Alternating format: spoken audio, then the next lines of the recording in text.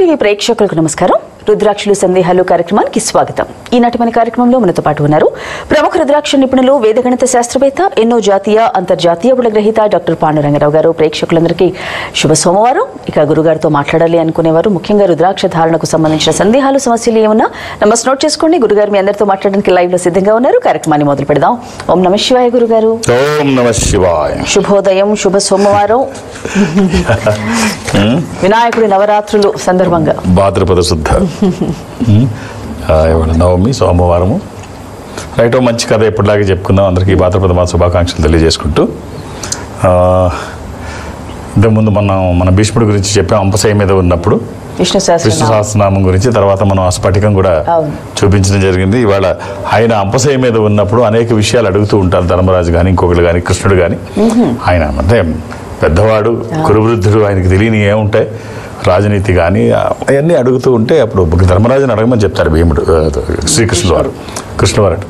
సరే, తర్వాత పరిపాలించాల్సిన తనే కదా, అన్నీ తెలుసుకోమంటే అప్పుడు అడుగుతాడు, ఎవరెవరికి ఎలాంటి స్థానాలు ఇవ్వాలి పరిపాలనలో, యంత్రాంగంలో అంటే అప్పుడు భీష్ముల వారు ఒక కథ చెప్తాడు. ఒక ముని తపస్సు చేసుకుంటున్నాడు. ఆయన దగ్గర ఒక పిల్లి చేరింది. ఆయన వెనక ఉండి అన్ని పనులు చూసుకునేది, అటు ఇటు తిరిగేది, కలవడిగా ఉండేది. ఒకరోజు ఆ పిల్లిని కుక్క చూసింది, దాని మీద కొరికింది. భయపడి ముని వెనక దాక్కుంది. ఓహో, భయపడుతోంది అని చెప్పేసి ముని దీన్ని కూడా కుక్కగా మార్చాడు. కుక్కగా మారిస్తే పిల్లిని కూడా, ఆ కుక్క మామూలు కుక్క పారిపోయింది. తయారైంది, మా ఈయన వరంతో వచ్చింది, బలంగా ఉంటుంది కదా, దీన్ని చూసి అది పారిపోయాయి. భయం లేదు ముందు, ఆ కుక్కది కుక్క భయం లేదు. సరే, ఇలా చూసిన తర్వాత అలా అలా తిరుగుతుంటుంది. ఓ తోడేలు చూస్తుంది.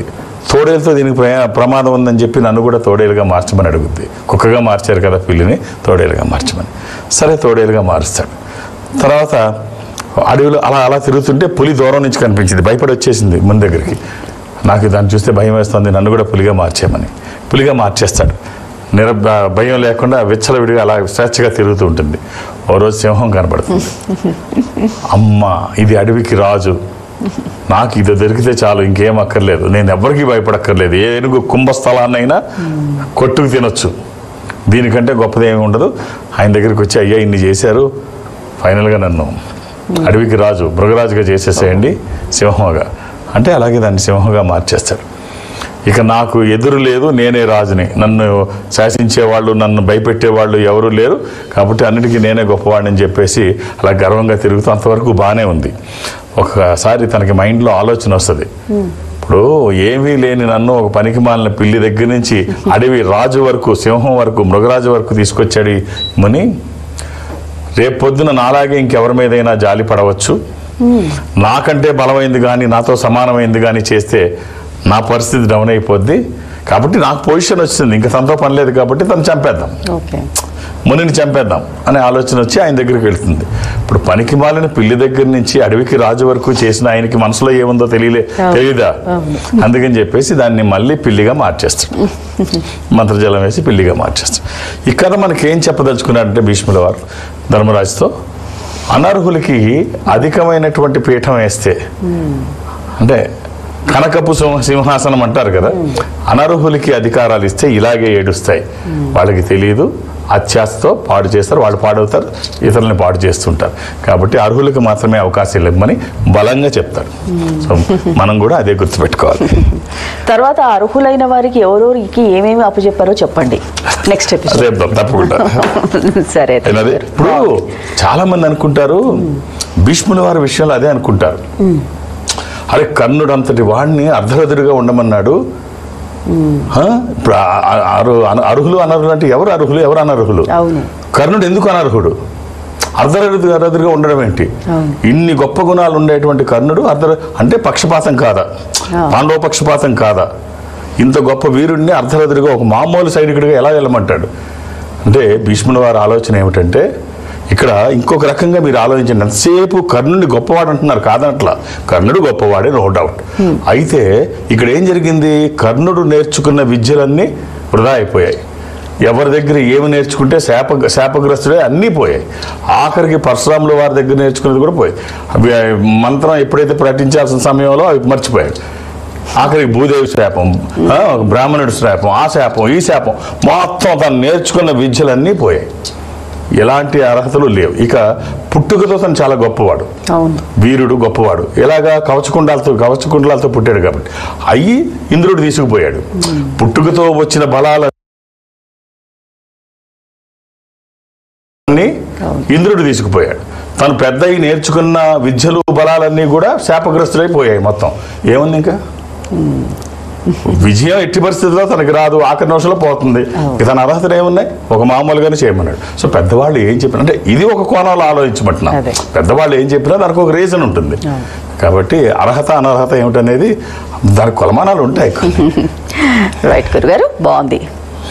కాల్ చూద్దాం. హలో. హలో అమ్మా, చెప్పండి మీ పేరు? నా పేరు నాగరాణి అండి. మాట్లాడండి అమ్మా, గురుగారు ఉన్నారు. అమ్మా ఓం నమ శివాయ. నమస్కారం స్వామి. అమ్మా ఓం నమ శివాయ. ఎలా ఉన్నారు? ఓం నమ శివాయ. బాగున్నాను స్వామి. అమ్మా డేట్ ఆఫ్ బర్త్ ఇవ్వండి. 24/12/69 స్వామి. 24/12/69. అమ్మా ఎంతమంది పిల్లలు? ఒక బాబు స్వామి. అమ్మా బుధవారం పుట్టినట్టు తెలుసా అమ్మా మీకు? తెలుసు స్వామి. బాబు ఏం చేస్తున్నారు? సెటిల్ అయిపోయారా? విదేశాల్లో ఉన్నారు స్వామి. ఓ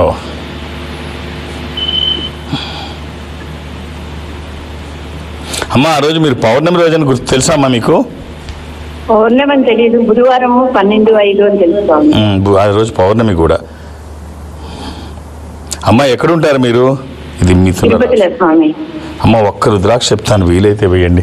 ఓ 11 ముఖాలు, ఏకాదశముఖి, ఏకాదశ రుద్రస్వరూపము. ఇది హనుమాన్ స్వరూపము కూడా. ఆధ్యాత్మికంగా మంచిది, ఆరోగ్యపరంగా మంచిది, భయాందోళనకి అవకాశం లేనటువంటిది. ఈ ఒక్క రుద్రాక్ష అవకాశం ఉంటే ధరించండి. అలాగే 10 ముఖాలు కూడా వేసుకోవచ్చు. ఇది మానసిక ఒత్తిళ్ళు అవి తగ్గించడానికి. దీంతో పాటు ఏమైనా కలిపి వేసుకోవచ్చు, ఇది ఒకటి వేసుకోవచ్చు. అంటే ఏకాదశముఖి కానీ దశముఖి కానీ శరీరానికి తాకే విధంగా. ఆల్ ది బెస్ట్ అమ్మ, శుభం. రైట్, మరో కాల్ చూద్దాం. హలో. హలో నమస్తే మేడం. నమస్తే అండి, మీ పేరమ్మా? హలో అమ్మా, మీ వాయిస్ కట్ అవుతోంది, గట్టిగా మాట్లాడండి.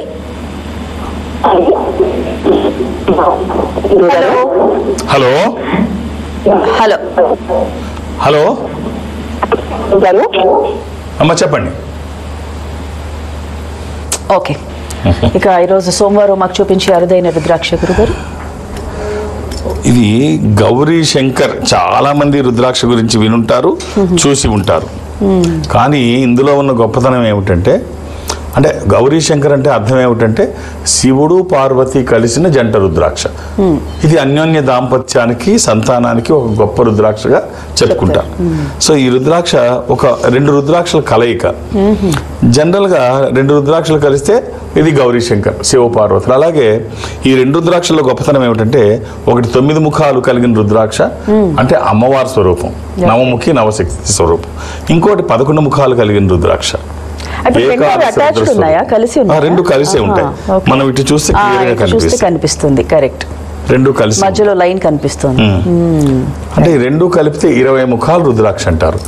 ఇది ఒక అరుదైన రుద్రాక్షలు ఇది ఒకటి. అందులో గౌరీ శంకర్ రుద్రాక్ష. గౌరీ శంకర్లో కూడా ఒకటి 9, ఒకటి 11 కలిగి ఉండడం.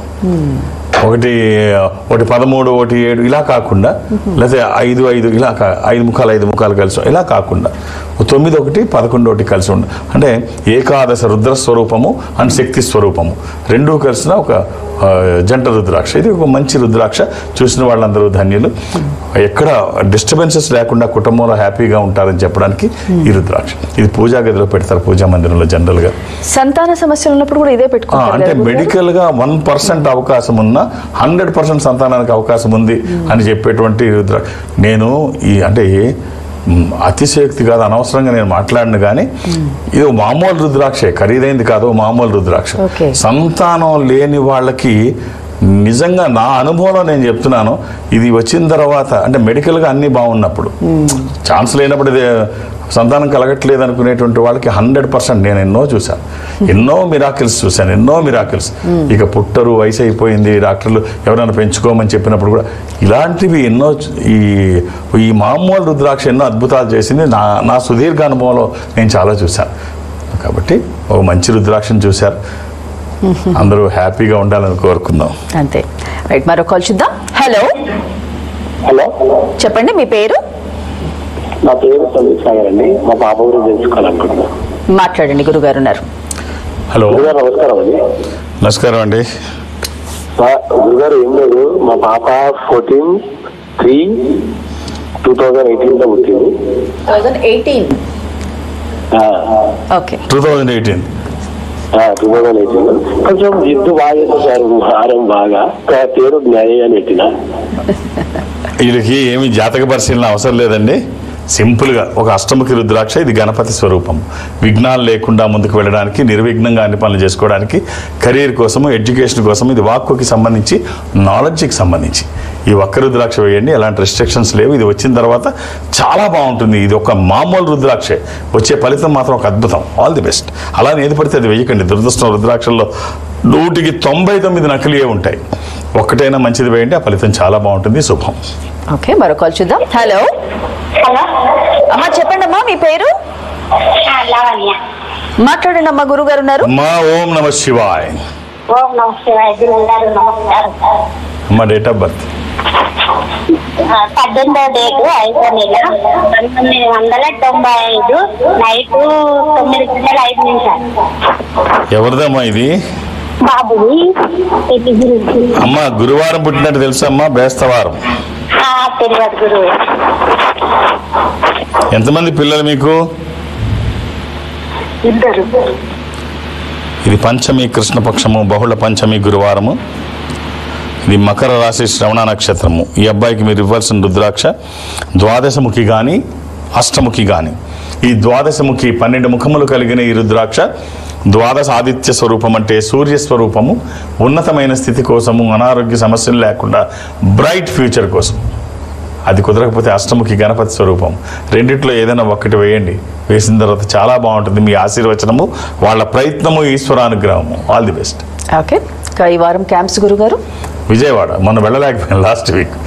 ఈ వాతావరణం నుంచి క్యాన్సిల్ అవ్వడం జరిగింది. అందుకనే మళ్ళీ విజయవాడ వెళ్ళాలి అని చెప్పి. ఇంకా ఇప్పుడు మొన్న వెళ్ళలేదు కాబట్టి ఒత్తిడి ఎక్కువ ఉంటుంది. ఖచ్చితంగా ఉంటుంది. కాబట్టి అందుకనే మీరు నన్ను ఇబ్బంది పెట్టద్దు. ఆల్రెడీ ఒత్తిడి ఉంటుంది, ఇబ్బంది పెట్టద్దు. ఒక్కొక్క పేరు మాత్రమే నమోదు చేయించండి. ఇక హైదరాబాద్లో నన్ను కలవడానికి నేను ఎవరికి అపాయింట్మెంట్స్ ఇవ్వను. ఏ రికమెండేషన్ తీసుకొని నన్ను కలవడానికి ఇవేమీ అవసరం లేదు. నేను ఉన్నప్పుడు వస్తే చూసేస్తాను. నేను అన్ని రోజులు ఇక్కడే ఉంటాను. శని ఆదివారాలతో కలిపి అన్ని రోజులు హైదరాబాద్లోనే. ఒక్క గురువారం నాడు మాత్రమే నేను ఏదో ఒక క్యాంప్, ఎక్కడో దగ్గర ఏదో బ్రాంచ్ ఆఫీస్లో ఉంటాను.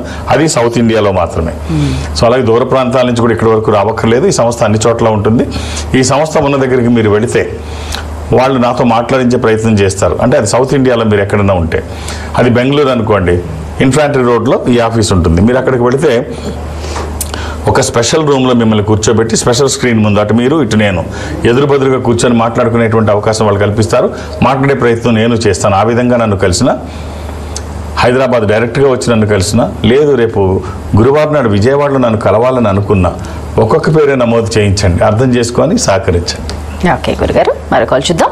హలో హలో, నమస్తే అండి, మీ పేరు?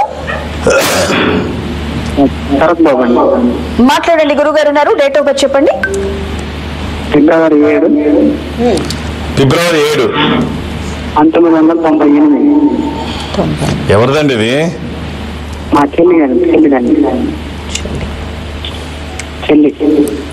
శనివారం పుట్టినట్టు తెలుసా? తెలియదండి. అలాగే ఇది నవమి శుక్లపక్షము, శుద్ధ నవమి.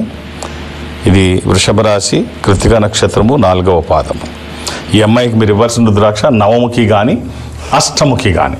9 ముఖములు కలిగిన ఈ రుద్రాక్ష నవశక్తి స్వరూపము. ఇది అమ్మవారి స్వరూపం. విజయాలు చేకూర్చి దోషాలు నివారించేది. అది కుదరకపోతే ఆటంకాలు లేకుండా అష్టముఖి గణపతి స్వరూపం.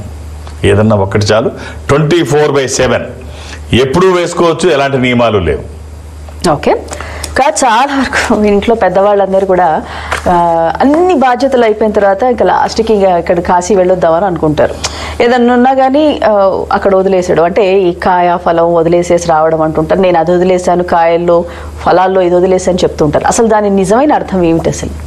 ఇది ప్రతిదానికి పండితార్థం ఒకటి ఉంటుంది, పిండితార్థం ఒకటి ఉంటుంది.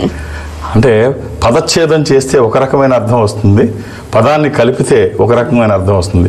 విడగొట్టకూడని చోట విడగొడితే ఇంకో రకం. అంటే రామునితో కపివరునిట్లనియే, రామునితో కపివరునిట్లనియే.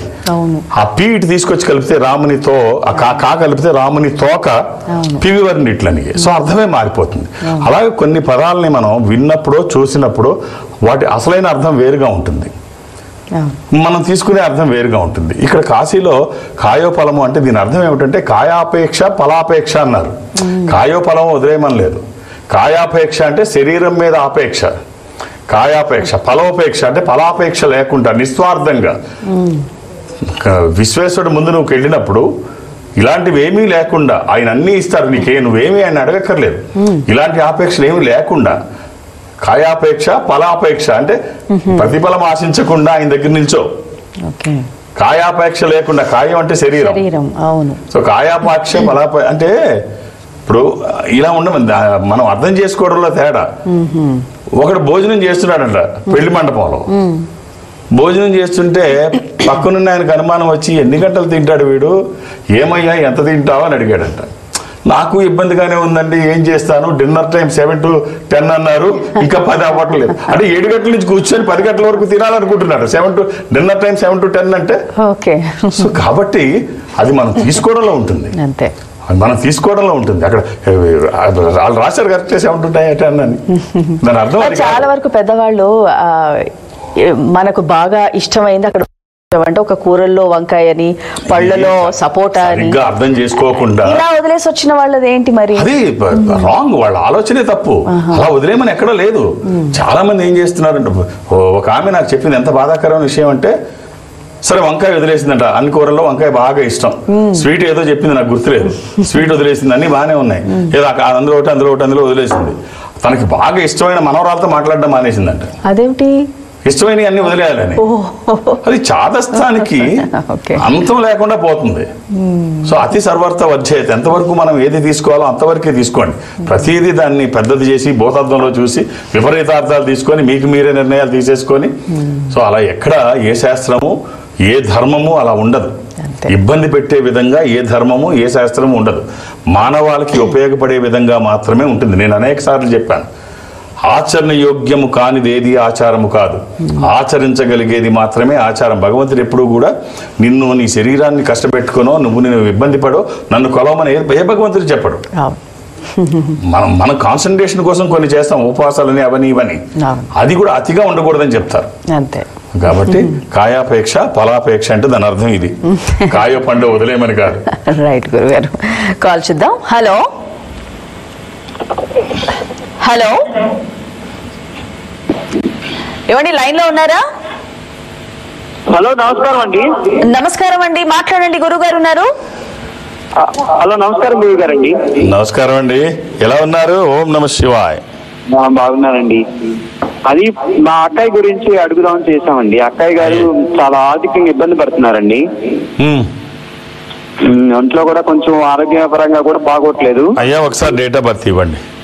డేట్ ఆఫ్ బర్త్ ఇస్తానండి. 11వ తారీఖు అండి,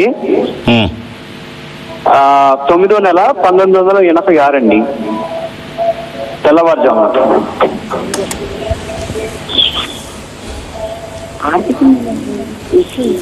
అయ్యా గురువారం పుట్టినట్టు తెలుసా మీకు? తెలుసండి. ఒక్క నిమిషం అండి, నాన్నగారు మాట్లాడతాండి. ఒక్క నిమిషం అండి.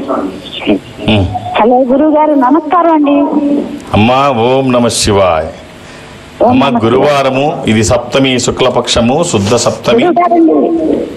చెప్పండి. హలో అమ్మ చెప్పండి. ఒక్క నిమిషం ఒక్క మాట ఏమండి? చెప్పండి అమ్మా. వాళ్ళిద్దరికి కొద్దిగా గొడవలుగా ఉన్నాయండి. మా అక్కయ్య గారు మా అమ్మాయిను మా అన్నయ్య గారు అబ్బాయికి ఇచ్చాము. ఇంట్లో కూడా కొద్దిగా 1 సంవత్సరం నుంచి గొడవలుగా ఉన్నాయి. వాళ్ళు విడిగా ఉంటున్నారా, కలిసి ఉంటున్నారా? మీతో కలిసి ఉంటున్నారా, వాళ్ళిద్దరే విడిగా ఉంటున్నారా? అన్నయ్య వాళ్ళతో కలిసే ఉంటారు. వాళ్ళిద్దరు కలిసి ఉంటున్నారు, కరెక్టే. కంబైన్ ఫ్యామిలీలో అత్తగారు మామగారితోనే ఉంటున్నారు. అత్తగారు మామగారితోనే ఉంటున్నారు, కలిసే ఉంటున్నారు. కాస్త అమ్మాయికి కూడా ఈ మధ్య బాగా ఆరోగ్యం దెబ్బతిని, అమ్మాయికి. పిల్లలు ఎంతమంది అమ్మా వీళ్ళకి? ఒక బాబు ఒక పాప అండి. అంటే ఇద్దరు పిల్లలు ఉన్న తర్వాత కూడా కలతలు, అందులో కంబైన్ ఫ్యామిలీలో ఉన్నప్పుడు పిల్లలు ఏదైనా తప్పు చేస్తే వెనక పెద్దవాళ్ళు సరిచేయాలి. పూర్వం అదే జరిగేది. ఇటు అమ్మవారు అటు అత్తవారు అందరూ ఒక ఇంట్లో, అది వీళ్ళ కుటుంబ సభ్యులందరూ ఒక ఇంట్లోనే ఇలా ఉండేది. చాలా పెద్ద కుటుంబం ఉండేది. ఏ చిన్న చిన్న పొరపాటు జరిగినా వాళ్ళు కౌన్సిలింగ్ చేసేవారు, వెనక నుంచి సరి చేసేవారు. అనేక సందర్భాల్లో మనం చెప్పుకున్నాం. ఏదన్నా అమ్మాయి తప్పు చేస్తే చిన్న పిల్లరా అమ్మగారి ఇంటి దగ్గర నుంచి డైరెక్ట్గా వచ్చేసింది, అమ్మాయికి ఏమీ తెలియదు, 2 రోజులు పోతే తెలుస్తుందిలే అని అబ్బాయికి సదిరి చెప్పేవారు. అబ్బాయి ఏదైనా తప్పు చేస్తే వాడు అంతేనమ్మా బయట తిరిగి వస్తాడు, వాడి కోపం తాటాక మంట లాంటిది, కాసేపు ఆగితే వాడే చల్లబడతాడులే, వాడి సంగతి మాకు తెలుసుగా నీకెందుకు, ఇలా చెప్పేవారు. ఇవాళ వ్యవస్థ లేదు. ఆజ్యం పోసేవాళ్ళు ఉన్నారు, ఆ మంటను ఇంకా ఎగదోసేవాళ్ళు ఉన్నారు తప్ప చల్లార్చే వాళ్ళ సంఖ్య తక్కువ ఉంది. అలాగే భార్యాభర్తల మధ్య చిన్న చిన్న కలతలు లేకుండా ఎవరూ ఉండరు. ఒక అమ్మాయిని ఒక అబ్బాయిని తీసుకొచ్చి ఇద్దరిని ఒక పక్కన పేటలు వేసి కూర్చోబెట్టి పెళ్లి చేసేసిన తర్వాత మీరిద్దరూ రేపటి నుంచి ఒకటే అంటే కొంతకాలం ఆకర్షణ కావచ్చు, ప్రేమ కావచ్చు, వాళ్ళ మధ్యన ఏ ఇది లేకపోయి ఉండొచ్చు, అన్యోన్యంగానే ఉండవచ్చు. కొంతకాలం తర్వాత ఒకళ్ళ గురించి ఒకళ్ళకి తెలుస్తూ ఉంటుంది, లోపాలు కనిపిస్తూ ఉంటాయి. ముందు ఆ ప్రేమలోనో ఆకర్షణలోనో వీటిల్లో కనిపించకపోవచ్చు, తర్వాత కనిపించవచ్చు. అవి చిన్నవి పెద్దవిగా చూస్తూ మొదలు పెడతారు. మరి ఇద్దరిలో గొడవలు స్టార్ట్ అవుతుంటాయి. అవి పెద్దవి కాకుండా చూసుకుంటే తర్వాత కొంతకాలానికి ఇద్దరు వైట్ పేపర్ అయిపోతారు. అంటే ఒకళ్ళ గురించి ఒకళ్ళకి పూర్తిగా తెలుస్తుంది. తెలిసిన తర్వాత ఒకళ్ళకి కష్టం వస్తే రెండో వాళ్ళు బాధపడతారు, ఒకళ్ళకి ఆనందం వేస్తే రెండో వాడు సంతోషిస్తారు. ఈ స్థితికి వచ్చేయాలి. సో కాబట్టి పెద్దవాళ్ళ సహకారం ఉండాలి, వాళ్ళు అర్థం చేసుకోవాలి. భార్యాభర్తల బంధం అంటే చనిపోయే వరకు సాగే ప్రయాణం. ఒకళ్ళు జీవించి ఉన్నంత వరకు రెండో వాళ్ళ అవసరం ఉంటుంది. అర్థం చేసుకొని మీరు పెద్దవాళ్ళు వాళ్ళకి అర్థమయ్యేటట్టు చెప్పండి. ఎప్పుడు కూడా ప్యాచప్కే ఎక్కువ ప్రాధాన్యత ఇవ్వండి. వాళ్ళకి ఒక గౌరీశంకర్ రుద్రాక్ష ఇప్పుడు మాట్లాడుకునే వాడు చూపించాం. అన్యోన్య దాంపత్యం కోసం ఎలాంటి రుద్రాక్ష ఉండాలి, అదే సంతానానికి కూడా అదే బాగుంటుంది. ఒక చిన్న వెండి పళ్ళెం కానీ రాగి పళ్ళెం కానీ తీసుకొని అది అందులో పెట్టండి. అలాగే అమ్మాయి వేసుకోవడానికి ఒక 12 ముఖ రుద్రాక్ష 12 ముఖాలు, ఇది సూర్యస్వరూపము, బ్రైట్ ఫ్యూచర్ కోసము, ఆరోగ్యం కోసము పూజలో అది పెట్టించండి. ధరింపడానికి అంటే సూత్రాల్లో వేసుకుంటే మధ్యలో కాకుండా ఆ పక్కన కానీ ఈ పక్కన కానీ వేయండి, శుభం. ఇక మనకు ఒక నిమిషమే టైం ఉంది, అయినా అడిగేసేస్తాను గురుగారు. చాలా వరకు కూడా ఎంత వర్క్ చేసినా కానీ గుర్తింపు నిజంగా కూడా గుర్తించట్లేదు ప్రస్తుతం. అంటే హార్డ్ వర్క్ చేసేవాళ్ళది. సో ఎంత పని చేసినా గుర్తింపు రావట్లేదని బాధపడే వాళ్ళకి ఏం చెప్తారు మీరు? చాలా మందికి అంతే. పాపం గుర్తిస్తే వీళ్ళు బయటికి వెళ్ళిపోతారు, వీళ్ళు తొక్కిపెట్టి ఉంచుదామని కొంతమంది ఆలోచన ఉంటుంది. కొంతమంది ఏమో నిజంగా ఏమీ లేకపోయినా నాకు అన్నీ ఉన్నాయి అనుకుంటారు. వాళ్ళకి గుర్తించట్లేదని వీళ్ళు పోయి ఫీల్ అవుతుంటారు. ఒక్కోసారి వాళ్ళకి సామర్థ్యం ఎక్కువ ఉన్నా వాళ్ళని కావాలనే తొక్కిపెట్టి. ఇప్పుడు చిన్న సంఘటన చెప్తాను, వాస్తవంగా జరిగిన సంఘటన చెప్తాను. రికాండో అని ఒక కంపెనీ మహారాష్ట్ర అంటే భారతదేశంలో పెద్ద కన్స్ట్రక్షన్ కంపెనీ రికాండో. అది పార్సీ బ్రదర్స్ ఇద్దరు దానికి ఓనర్లు. పార్సీ అంటే మన రతన్ టాటా వాళ్ళకి సంబంధించినటువంటి వాళ్ళిద్దరూ. అంటే నిజాయితీకి వాళ్ళు కొంచెం ఎక్కువ ప్రాధాన్యత ఇస్తారు. సో వాళ్ళకి జంగిల్ మహారాజ్ రోడ్ అని జేఎం రోడ్ ఒకటి పూనాలో ఉంది, చాలా ఫేమస్ రోడ్ అది, జేఎం రోడ్ పూనాలో. దాని పూర్తి పేరు జంగిల్ మహారాజ్ రోడ్. ఇది అప్పుడు కాంట్రాక్ట్ వీళ్ళకి ఇచ్చినప్పుడు రోడ్డు వేసే కాంట్రాక్ట్ వీళ్ళకి ఈ పార్సీ బ్రదర్స్ కి ఇచ్చినప్పుడు 1970లో ఇది. అప్పుడు వాళ్ళు ఏం చెప్పారంటే కాంట్రాక్ట్ తీసుకొని రోడ్డు వేసిన తర్వాత ఈ రోడ్డు 10 సంవత్సరాల వరకు చిన్న గుంతలు ఏర్పడినా డ్యామేజ్ అయినా పూర్తి బాధ్యత మాది, మొత్తం రోడ్డు మేమే వేసిస్తామని రాసిచ్చారు. అంత బలంగా 10 సంవత్సరాల వరకు చిన్న ఇదే ఏర్పడినా మాదే బాధ్యత, అంత బలంగా చెప్పారు. గొప్పతనం ఏమిటంటే ఈ వాటికంటే 55 సంవత్సరాలు అయింది. ఈ వాటికి జేఎం రోడ్ అలాగే ఉంది, రిపేర్లు లేవు, మళ్ళీ వేయడం జరగలేదు, ఇంతవరకు ఏమీ జరగలేదు. కానీ కట్ చేస్తే ఇంకో గొప్ప విచిత్రం ఏమిటంటే ఇప్పటి వరకు భారతదేశంలో ఆ కంపెనీకి ఎక్కడ మళ్ళీ ఆ రోజు నుంచి కాంట్రాక్ట్ రాలేదు. అదేమిటో గొప్ప వాళ్ళకి ఎప్పుడు అంటే అలా పాడవకుండా వేస్తే ఆ రాజకీయ నాయకులు ఎలా బతకాలి? అది మళ్ళీ సీజన్ వచ్చేలో పాడైపోవాలి. సీజన్ వచ్చేలో పాడైపోతే మళ్ళీ టెండర్లు పిలవడం, కొత్త వాళ్ళకి ఇవ్వడం, వీళ్ళ పర్సంటేజ్ వీళ్ళు, వాళ్ళ పర్సంటేజ్ వాళ్ళు దోచుకోవడం. ఏమీ లేకపోతే అలా పాడవకపోతే వీళ్ళకి పర్సంటేజ్లు ఎలా వస్తాయి? కాంట్రాక్టర్ ఎలా వస్తాడు? ఫండ్స్ ఎలా దాని మీద రిలీజ్ చేస్తారు? ట్రూ కదా. సో కొన్ని ఇలా ఉంటాయి. అంతేగాని ప్రతిభకి గుర్తింపు లేకపోవడం కాదు ఇక్కడ. It's time out. కానీ మళ్ళీ దీని మీద మనం గుర్తింపు లేకపోవడం కాదు ఇది. కరెక్టే. కానీ ఇట్లాంటి వాళ్ళు ఎలా మరి బాధపడుతుంటారు లోపల ఎన్ని రోజులని అది ఉండాలి గురుగారు? అది చెప్తాను ఇలాంటిదే, రేపు మాట్లాడుకుందాం గురుగారు. టైం అయిపోయింది. ధన్యవాదాలు. ఇది నాటి రుద్రాక్షల సందేహాలు కార్యక్రమం. మరో కార్యక్రమంలో మళ్ళీ కలుసుకుందాం. నమస్కారం. Indo Nepal Rudraksha organisation, Jubilee Hills, road number 45, మరియు సోమాజిగూడ, హైదరాబాద్. సంప్రదించాల్సిన ఫోన్ నంబర్స్ 9118845678, 9177778855, 8186899997, 7700963888. మా వెబ్సైట్